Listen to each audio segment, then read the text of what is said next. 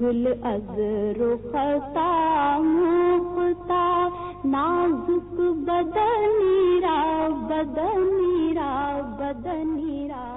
مسجد کے اندرونی دروازوں پر خوبصورت نقش و نگار کندہ کیے گئے.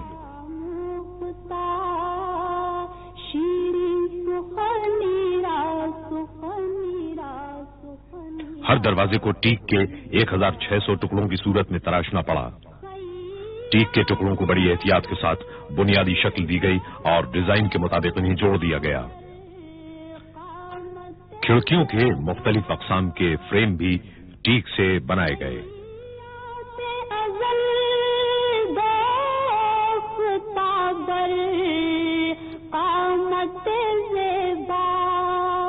در قد تو ای جامے سروے چمنی را چمن. تیاری کے مراحل سے گزرنے کے بعد لکڑی کی ہر شے پر وارنش کی گئی. انہیں خشک کیا گیا اور ان میں ٹھوس پیتل ڈیزائن کے مطابق نصب کیا گیا. چمنی را چمنی را چمنی را چمنی را گل از رخسا مفتا نازک بدنی را بدنی را بدنی را بدنی را گل گل زتو آموختا شیرین سخنی را سخنی را سخنی را سخنی را در عشق تو دندان شکست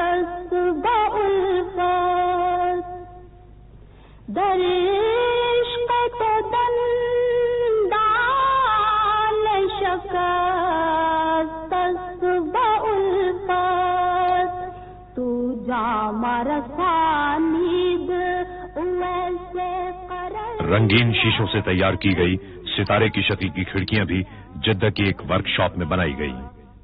جام رسانید ویسے قرنی را قرنی را قرنی را. اسلامی فن تعمیر کی روایتی قسم کی رنگین شیشوں کی 240 کھڑکیاں تیار کی گئیں. یہ کام بے حد احتیاط اور ضبط و تحمل کا متقاضی تھا. 3 افراد نے 3 دن شب و روز محنت کے بعد ایک کھڑکی تیار کی. بلبل زتو آموختا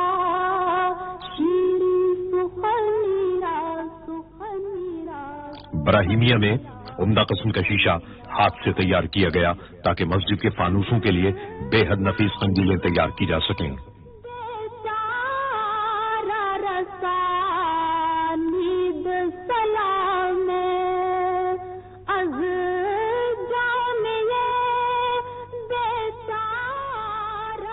ان قندیلوں کو فانوس کے دیگر اجزاء کے ہمراہ مدینہ منورہ لایا گیا اور انہیں ایک ساتھ جوڑ دیا گیا. بر درگاہ دربار رسول مدنی را مدنی را مدنی را مدنی را بر درگاہ دربار رسول مدنی را مدنی را مدنی را مدنی را گل از رخسا مفتا نازک بدنی را. 1412 ہجری کے اختتام تک 68 فانوس کامیابی کے ساتھ نصب کر دیے گئے. ان کے ڈیزائن کی تیاری روایتی اسلامی قندیلوں سے متاثر ہو کر کی گئی تھی جن کے اندرونی حصوں کی دیگر تمام اشیاء سے مطابقت پیدا کی گئی.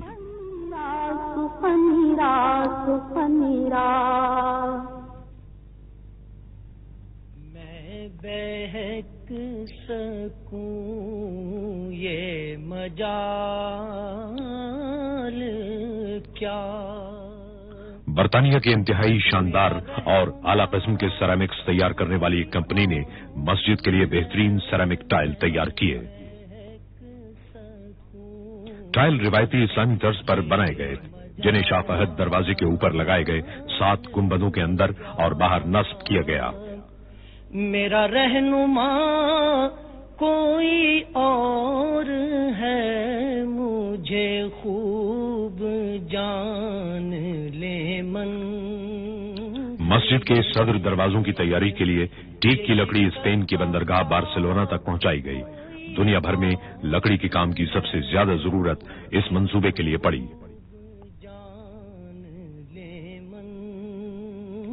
ان میں سے ہر شتیر درخت کے نصف تنے کا تھا۔ لیزر سے رہنمائی حاصل کرنے والی مشینوں نے پلک جھپکتے میں لکڑی کو حسب ضرورت کاٹ دیا۔ جو تمہاری غیر معمولی گہرے جوڑوں کی کھدائی کے لیے خصوصی چین تیار کی گئی۔ دروازوں کے تمام ٹکڑوں کو اسکریوز اور گلو کے بغیر ایک جگہ رکھ کر روانہ کر دیا گیا۔ مقصد یہ تھا کہ انہیں سفر میں کوئی نقصان نہ ہو اور تعمیراتی مقام تک پہنچنے کے بعد ان کو مطلوبہ طور پر جوڑ لیا جائے۔ جو تمہاری جالی سے متصل۔ فرانس کی ایک فاؤنڈری نے دروازوں پر پیتل کے نقش و نگار بنانے کا کام انجام پایا۔ اس کے ڈیزائن روایتی عرب طرز کے تھے، تاہم دروازے کے مرکزی ٹکڑے کے ڈیزائن بنانے اور اس کی تیاری میں کئی مہینے صرف ہوئے۔ وہ مریض دل نہ میرے سوا کوئی اور۔ ماہر کاریگروں نے اپنا کام ماہر سونار کے معیار کی طرح بڑی خوبصورتی سے انجام دیا۔ ڈیزائنوں کی تیاری کے بعد آخری مرحلے میں ان پر 23 قیرات سونے کا پانی چڑھایا گیا۔ نہ میرے سوا کوئی اور ہے، میری ان کی سانچوں میں ڈھلائی میں معمولی سا نقص بھی سونے کے پانی کو ضرورت سے زائد کر سکتا تھا۔ چنانچہ روانگی سے قبل ہر حصے کی پوری احتیاط کے ساتھ جانچ پڑتال کی گئی اور پھر پالش کر دی گئی۔ چلو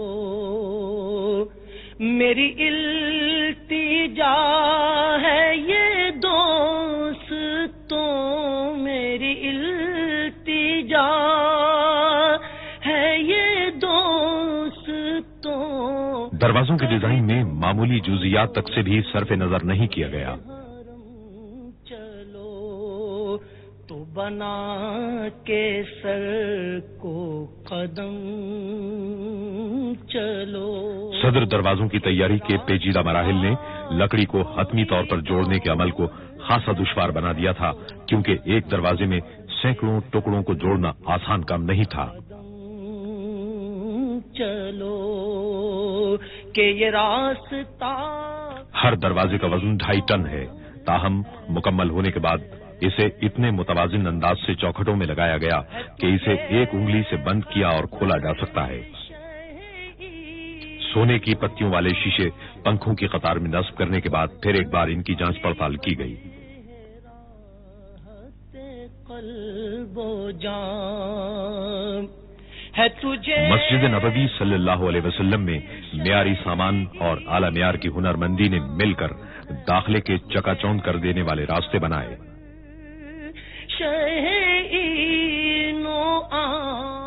شہر سے باہر پانی کو ٹھنڈا رکھنے کے پلانٹ سے مدینہ منورہ تک 7 کلومیٹر طویل سرنگ تعمیر کی گئی۔ مسجد نبوی صلی اللہ علیہ وسلم کی بڑی عمارت سے ملحق دنیا کا سب سے بڑا ایئر کول کنڈینسر نصب ہے۔ پانی عمارت میں قائم یکبستہ چلنگ یونٹ کے ذریعے گردش کرتا ہے۔ کوئی اور تھا شہر سے باہر ٹھنڈے پانی کے پلانٹ سے 1 منٹ میں 17,000 گیلن پانی پائپ لائن کے ذریعے عمارت کے تہخانے میں پہنچتا ہے۔ یہ گمان تھا کئی سال سے۔ سرنگ دوسرے رنگ روڈ اور شہر کے مرکزی حصے کی جانب وادی عقیق کے نیچے سے گزرتی ہے۔ اس کے بعد بناکا انڈر پاس کے نیچے کار پارکنگ اور مسجد کے تہخانے کا رخ کرتی ہے۔ اس سفر میں 1.5 گھنٹہ صرف ہوتا ہے۔ سال سے یہ گمان تھا۔ ٹھنڈا پانی دیو ہیکل ایئر ہینڈلنگ یونٹوں سے گزرتا ہے۔ ان یونٹوں سے گزرنے والی ہوا ٹھنڈے پانی سے سرد ہو جاتی ہے۔ کئی روز سے میرے دل سے گنبد سبز کا. ٹھنڈی ہوا انسولیٹڈ ڈکٹنگ کے نیٹ ورک سے گزرتی ہے جسے مسجد میں مختلف مقامات پر ستونوں کی اساس میں بنی ہوئی ڈکٹس کے ذریعے تقسیم کر دیا جاتا ہے.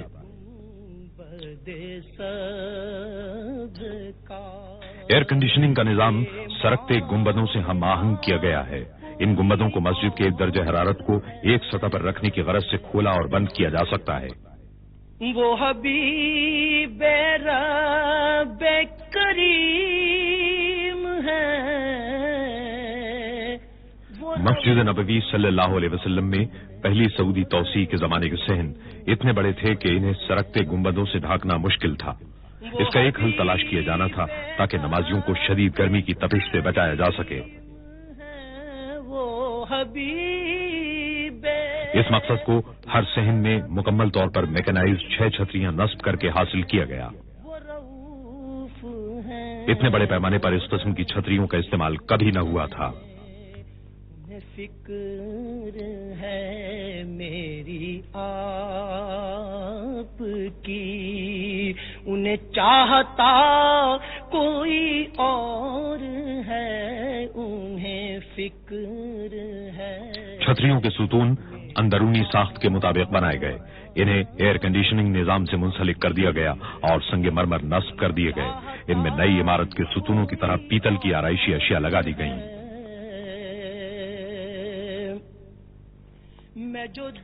تہخانے میں نصب ہائیڈرولک پمپ کے ایک نظام کے تحت چھتریاں اتاری اور چڑھائی جاتی ہیں. ہوئی خلد گوش ہنسی صدا میں جو دور. اس کا میٹیریل ایک خصوصی دھات ٹیفلون کے فریم اور مضبوط ترین کپڑے مائکروپولس پر مشتمل ہے. یہ کپڑا سورج کی تپش کو کم کرنے میں مدد دیتا ہے.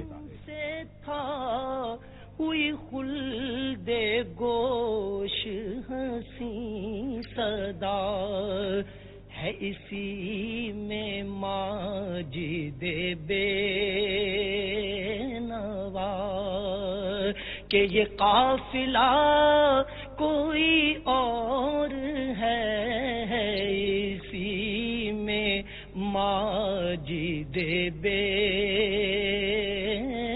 نوا. ہر چھتری کے آرمیچر 300 مربع میٹر کے رقبے کو سایہ فراہم کرتے ہیں.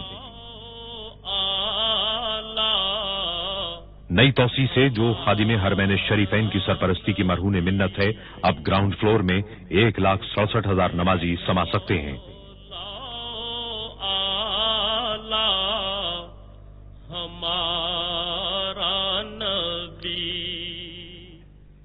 متحرک سیڑھیوں یا ایسکیلیٹر سے لوگوں کی چھت کے علاقے میں آسان رسائی ممکن ہوئی, جہاں مزید 90,000 نمازیوں کی گنجائش ہے. رمضان المبارک اور حج کے زمانے میں مجموعی طور پر 7,07,000 نمازی مسجد نبوی صلی اللہ علیہ وسلم میں نمازیں ادا کر سکتے ہیں.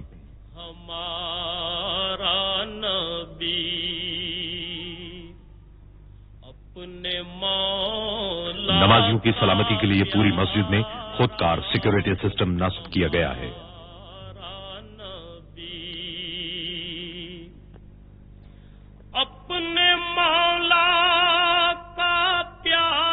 ایک جدید ترین ساؤنڈ سسٹم مسجد میں اور پورے شہر میں نمازیں ریلے کرتا ہے اور ٹی وی کے ذریعے پوری مملکت میں بھی.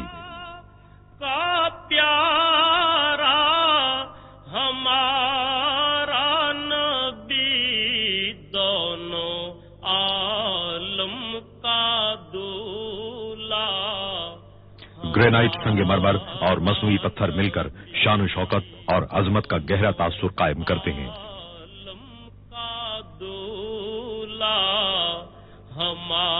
مسجد نبوی صلی اللہ علیہ وسلم کے توسیعی حصے کا حسن اور دلکشی تعمیر کے آخری مرحلوں میں دیکھی گئی. اس کی تعمیر میں بہترین مہارت, ہنرمندی اور مثالی کاریگری کے حصول میں کوئی کسر نہیں چھوڑی گئی. دنیا بھر سے اعلیٰ ترین اور انتہائی مہنگے سامان اور ٹیکنالوجی کے حصول میں بھی کسی قسم کی کمی نہیں چھوڑی گئی. اللہ تعالیٰ کی بزرگی اور پاکی بیان کرنے کی غرض سے اور حضور اکرم صلی اللہ علیہ وسلم کی خدمت اقدس میں زمین کے خزانوں کو اسلامی فن تعمیر کی روایت کے خزانوں میں تبدیل کر دیا گیا۔